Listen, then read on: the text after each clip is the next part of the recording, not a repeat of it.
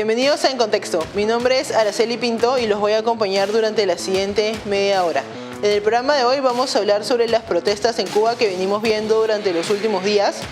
cómo es que la situación ha llegado a este punto tras 60 años de régimen comunista de los hermanos Castro y cuáles son las perspectivas a futuro, si es que estas protestas van a lograr conseguir la libertad para los millones de ciudadanos que viven en esa isla. Una pausa y volvemos. En Contexto llega gracias a Universidad César Vallejo y Los Portales. Bienvenidos de vuelta en Contexto. Como les comentamos en el bloque anterior, vamos a hablar sobre un tema muy coyuntural que son las protestas en Cuba. Y para eso hemos invitado al vicepresidente de la Red Liberal de América Latina, el señor Pedro Uruchurtu. Muchas gracias por acompañarnos. Gracias a ustedes por la invitación, un gusto. Bueno, comencemos tratando de explicar qué es lo que está sucediendo en estos momentos, porque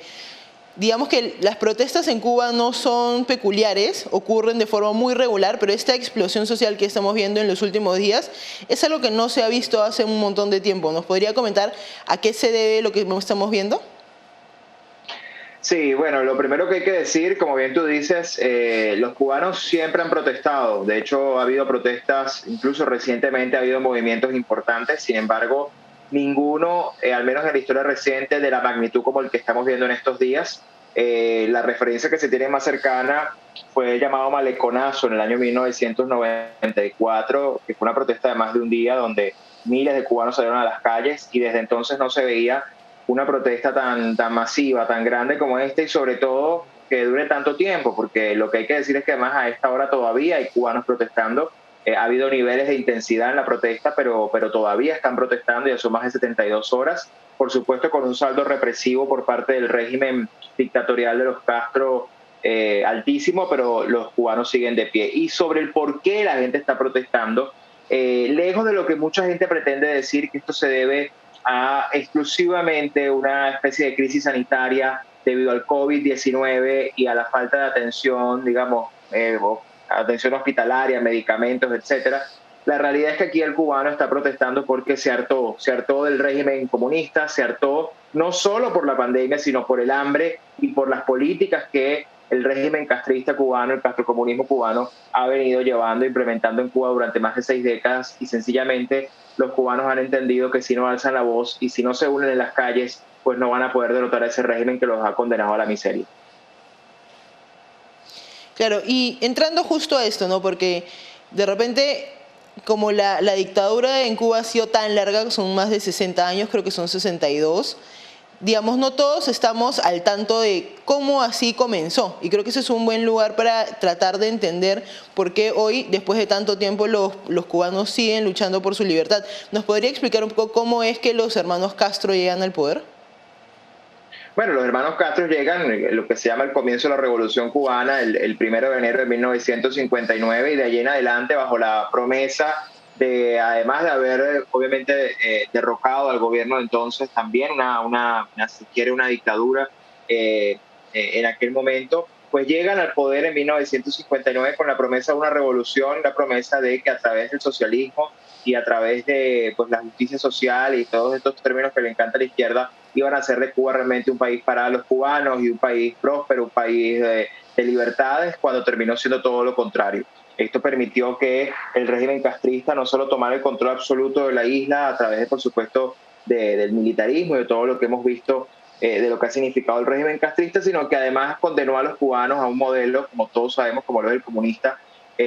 condenando a los cubanos al hambre, a la miseria, al control social, racionando su alimentación, controlando su educación, su acceso a la salud y prácticamente haciendo de la isla pues todo un gran epicentro de todas estas ideas oprobiosas y de miseria que hemos estado viendo durante más de 6 décadas. Sin embargo, a pesar de eso, y aunque mucha gente de la isla sigue huyendo, ha huido durante mucho tiempo, lo cierto es que el cubano, a pesar de sobre todo las nuevas generaciones, a pesar de no haber conocido la libertad, a pesar de no haber conocido la democracia, hoy están luchando por ambas cosas porque saben perfectamente que es lo único que los va a poder sacar de la miseria. Han entendido que es el régimen y la tiranía de los Castro, hoy encabezada por el señor Díaz-Canel, quien los tiene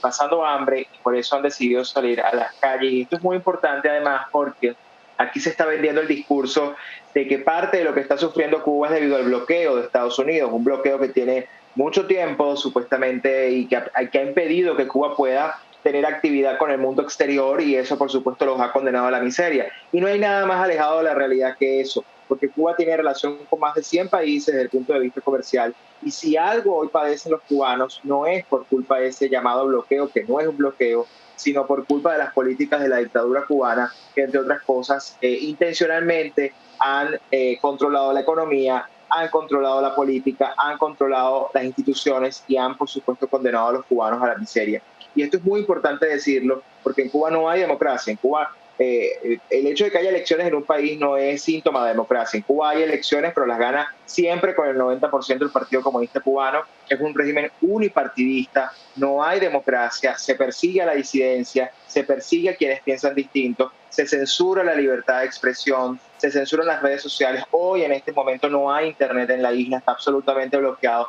Ese sí es el verdadero bloqueo y la verdadera destrucción, lo que ha significado el régimen castrista para Cuba en estos 60 años. Y además es bien interesante que, digamos, las protestas hayan ocurrido también en parte por lo de la pandemia, porque uno de los argumentos de los defensores del gobierno de los Castro es la alta calidad de, no solo de servicios, sino del tema médico, ¿no? El tema de salud. Cuba se suele poner como un ejemplo de la izquierda de una excelencia en servicios de salud que no tienen otros países. ¿Cómo explicar entonces que digamos, gran parte de esta protesta también tenga que ver con la mala gestión que ha habido en cuanto a la pandemia y la cantidad de muertes que hay en Cuba alrededor de eso? Bueno, es que el ver hoy a los cubanos en las calles protestando y además siendo reprimidos, perseguidos brutalmente, es la mejor evidencia de que todo lo que ha dicho el régimen castrista es mentira, es propaganda. Ni tienen el mejor sistema de salud del mundo, ni tienen a los mejores médicos, ni tienen la mejor medicina, ni siquiera con este cuento de la supuesta vacuna que están buscando, digamos, decir que es la primera vacuna contra el COVID hecha en América Latina, desarrollada en América Latina, autorizada en América Latina. En fin, el sistema educativo dicen que es uno de los mejores, es falso. Si algo te demuestra esto, como demuestra que ese supuesto 90 y tanto % con el que siempre ganan las elecciones es mentira, porque si no, no tuvieras a todos los cubanos hoy en las calles como están saliendo a protestar, lo que evidencia es que aquí ha habido una gran operación de propaganda y sobre todo mucha complicidad de gobiernos y de personalidades políticas, artísticas del mundo entero que durante décadas han subestimado el alcance del régimen castrista, han pretendido olvidarse de Cuba, han pretendido creer que no es importante a un costo altísimo, al punto de ver lo que hoy está pasando cuando están reprimiendo y hace falta un pronunciamiento mucho más fuerte de la comunidad internacional. Y digo esto porque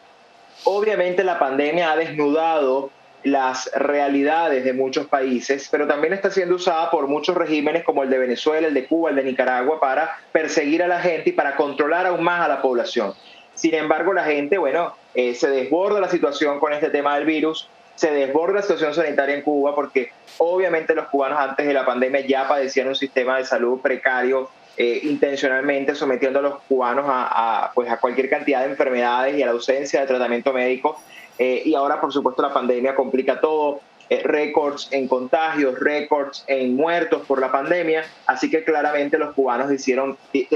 decir basta y a seguir luchando en las calles, y y están dando una lucha muy importante y muy valerosa, que creo que no les hacemos un favor reduciendo esa protesta al simple hecho del COVID o de pensar que lo que están pidiendo es medicamentos y comida. Hoy el grito de los cubanos que están en las calles es el de libertad, el de democracia, y eso no lo podemos perder de vista. Una situación termina siendo la chispa, pero en realidad hoy los cubanos están en las calles por décadas de sufrimiento y décadas de miseria a la que han sido sometidos.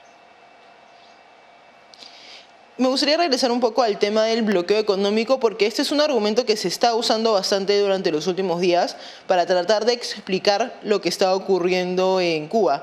¿Nos podría explicar un poco a qué se debe este bloqueo y cuál, digamos, es el impacto que ha tenido? Porque he tratado de entrar un poco al respecto, pero me gustaría entrar de una forma más profunda, porque eso es usado de vez en cuando como excusa para lo que está ocurriendo, y quería saber qué opina usted del tema.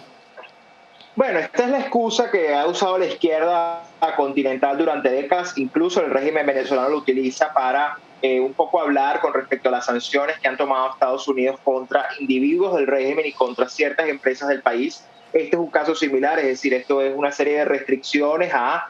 cierta, digamos, comercialización de bienes y productos, servicios con Estados Unidos concretamente, y Cuba se ha valido de esto, el régimen castrista, para decir que están siendo bloqueados, están siendo aislados del mundo. Y no hay nada más, insisto, más alejado de la realidad que eso. Cuba tiene relación comercial, insisto, con más de 100 países hoy de todo el mundo. Tiene intercambio comercial, por supuesto, controlado por el régimen,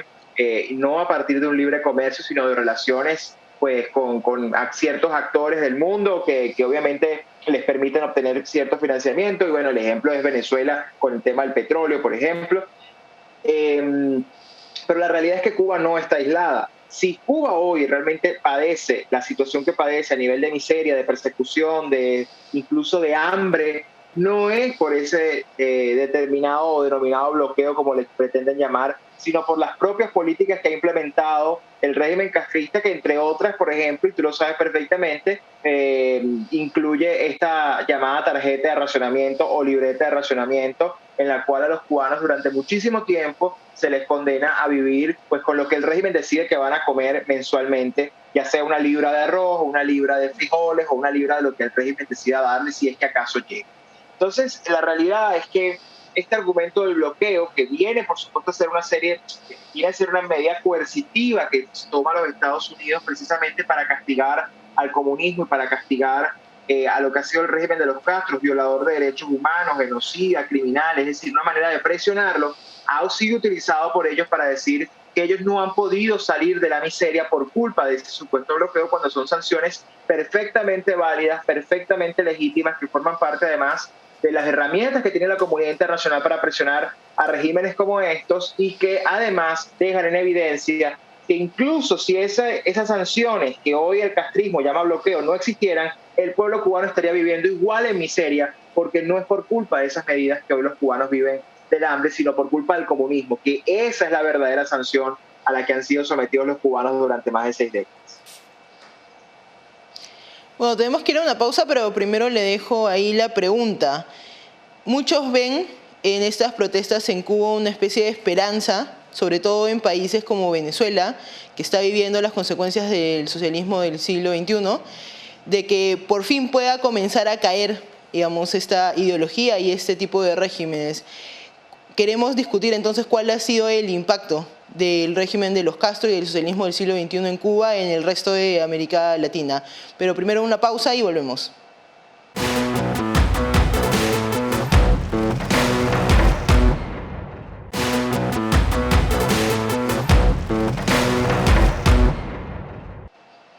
Bienvenidos de vuelta. Estamos hablando sobre la situación política en Cuba con Pedro Uruchurtu, vicepresidente de la Red Liberal de América Latina. Muchas gracias por acompañarnos. Le dejaba la pregunta en el bloque anterior sobre cuál ha sido el impacto que ha tenido este régimen en América Latina y por qué hay tanta esperanza de ver que de repente podría terminar pronto. Mira, esta es una pregunta clave porque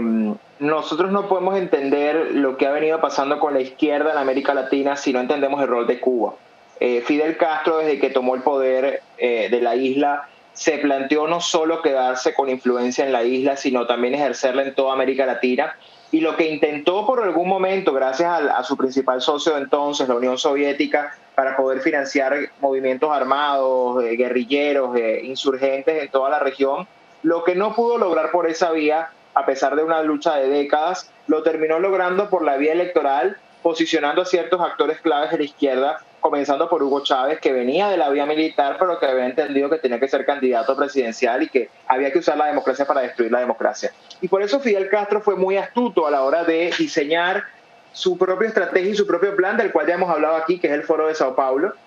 que nace en 1991, precisamente luego ya de la disolución de la Unión Soviética, luego de la caída del muro de Berlín, y entienden perfectamente Fidel Castro que tenía que buscar la manera de que esas ideas y ese proyecto que él tenía y que no había logrado, digamos, alcanzar en la región por las armas, lo lograse por vía democrática. Por eso, en aquel momento, en 1991, junto a Luis Ignacio Lula da Silva, que era en aquel momento presidente del Partido de los Trabajadores de Brasil, crean el Foro de Sao Paulo y a partir de allí en adelante hasta 1998, en esos 7 años, se preparan y logran que en 1998 Hugo Chávez llegue al poder y a partir de allí pues todos los gobiernos de izquierda que hemos visto en América Latina desfilando y que son parte pues de esa iniciativa del Foro de Sao Paulo. Así que el alcance del castrismo en la región es importantísimo, la influencia, por supuesto, la idea de incluso la obsesión de Fidel Castro con Venezuela, hay que decirlo, intentó innumerables veces tomar el control e invadir Venezuela por la vía armada, fracasando, siendo derrotado estrepitosamente, pero además luego, a través de Hugo Chávez, logra tomar el control de Venezuela por vía de sus instituciones, por vía de la Fuerza Armada, por vía de los organismos de inteligencia. Hoy en Venezuela la presencia del régimen castrista es clave, está allí, es parte de lo que sostiene el régimen, es parte de esa cooperación directa con ellos e incluso han logrado, pues como te decía, meterse en todos los asuntos del país y obviamente a cambio de poder, de influencia, de dinero. Y por eso es tan importante entender que lo que pasa hoy en la isla es clave para generar ese efecto dominó en América Latina. Yo no tengo la menor duda de que si cae el régimen castrista, cae buena parte de este esquema, de ese llamado triángulo del mal, como se conoce, Cuba, Venezuela, Nicaragua, caen los regímenes de izquierda y sobre todo se debilita y se podría enfrentar definitivamente la izquierda a una derrota de características únicas porque se caería su principal bastión, que es el que lo sostiene y que ha sido el cerebro que ha logrado tener sus tentáculos en la región gracias a estos satélites, a estos países gobernados por la izquierda criminal, pero que sin lugar a dudas, siendo debilitados y cayendo como hoja a la paz y esperamos que pueda ocurrir pronto, seguramente se debilitará. Y por eso es tan importante asumir que lo que pueda pasar en Venezuela, lo que pueda pasar en Nicaragua, lo que pueda pasar en Bolivia, en Argentina, en México, dependerá en gran medida de lograr derrotar al régimen comunista de Cuba. Perfecto. Y sí, como nos dice, se trata de un guión que se sigue en diversos países, ¿no? Hemos mencionado Cuba, Nicaragua, Venezuela, Argentina, Ecuador también han estado bajo este tipo de gobiernos. ¿En qué momento uno se puede dar cuenta de que está cruzando un límite, de que hay un punto de inflexión en el que el retorno es complicado? Porque, claro, como nos estaba comentando, se llega con muchas promesas al gobierno de poder darle más recursos a todos, de que haya más igualdad, pero ¿en qué momento nos damos cuenta que estamos comenzando a vivir en una dictadura? Mira, yo creo que la gente lo sabe perfectamente en el mismo momento en que pierde su libertad y la gente, bueno, lamentablemente la libertad, mucha gente la valora más después que la pierde, pero cuando la gente ya entiende que para comer necesita una libreta o una caja que le llega, que para opinar tiene que hacerlo escondido porque si lo dice públicamente puede ir preso, cuando hay presos políticos, cuando hay violación de derechos humanos, cuando hay represión, es decir, son muchas las señales que pueden decirnos que estamos frente a un régimen de esta naturaleza, pero también son muchas las señales que nos dicen que la gente, a pesar del control, a pesar del autoritarismo, a pesar de este control social que hemos visto, la gente no se da por vencida, la gente sigue protestando, la gente no se calla y sobre todo, esto es lo que yo resalto más de lo que está pasando en Cuba, generaciones jóvenes que no han conocido otra cosa distinta al régimen comunista, hoy están en las calles luchando por una libertad que no han conocido, pero que saben que es lo único que realmente los va a poder llevar a una mejor vida, que no es esa promesa de la revolución cubana, que es lo mismo de la revolución bolivariana y todos estos cuentos tan terribles como hemos escuchado durante muchos años en la región, los que traen felicidad o prosperidad, todo lo contrario. La gente al final aprende con los golpes, obviamente aprende con la dureza y vivir situaciones extremas como estas, pero lo importante es que no se dan por vencidos y el relato oficial no gana, y eso es lo más importante. ¿Cuál cree usted entonces que es el camino de Cuba para recuperar su libertad? Porque este parece ser un inicio, pero ¿cuáles son los siguientes pasos? Mira, es clave, la gente tiene que estar en la calle, ahí hay un elemento contundente, tiene que haber presión, tiene que seguir la gente en la calle protestando sin rendirse, tiene que haber un involucramiento mucho más comprometido de la comunidad internacional, aquí tiene que haber una respuesta contundente de la comunidad internacional, tiene que haber el acompañamiento a los cubanos, el mostrarle el apoyo al pueblo cubano y el rechazo y el repudio al régimen castrista cerrar las relaciones con la dictadura cubana. O sea, aquí todavía hay muchísimo que se puede hacer y que se puede aprovechar para precisamente debilitar al régimen castrista cubano y, por supuesto, las fuerzas opositoras de Cuba, definir cuál será el mejor mecanismo para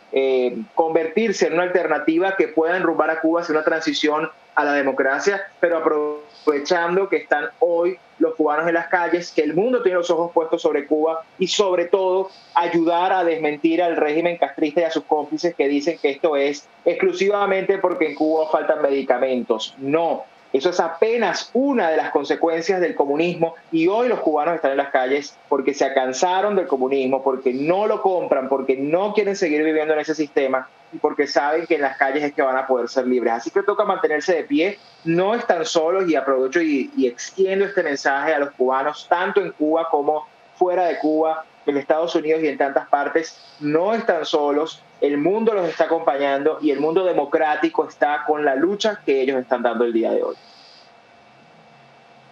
Perfecto, eso fue todo por hoy. Muchas gracias por acompañarnos. Lamentablemente nos hemos quedado sin tiempo, pero estoy segura que habrán otras oportunidades para seguir hablando de cómo va avanzando esta lucha. Muchas gracias por acompañarnos, señor Uruchurtu. Gracias a ustedes, un gusto como siempre.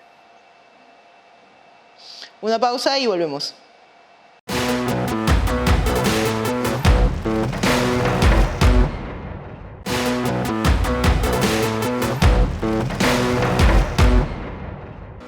Bueno, y regresamos con la última parte del programa. Como han podido escuchar en nuestra entrevista con Pedro Uruchurtu, vicepresidente de la Red Liberal de América Latina, la situación en Cuba es una situación de protesta constante. Sin embargo, lo que vemos en los últimos días es algo que no se ha visto en décadas, este nivel de protesta y de explosión social. Esto se debe en parte por la pandemia, pero también por décadas de opresión y de hambre del régimen de los Castro. Un tema importante es entender que el bloqueo económico no es la razón por la cual la situación ha llegado a este punto, al menos no el bloqueo económico de Estados Unidos, porque como bien señala el señor Uruchurtu, gran parte de lo que vemos es el bloqueo interno que se vive gracias al régimen de los Castro. Pero esto ha sido todo por hoy. Pueden encontrar esta y otras entrevistas sobre política, salud y economía en nuestro canal de YouTube. Solo tienen que buscar En Contexto. Muchas gracias por acompañarnos.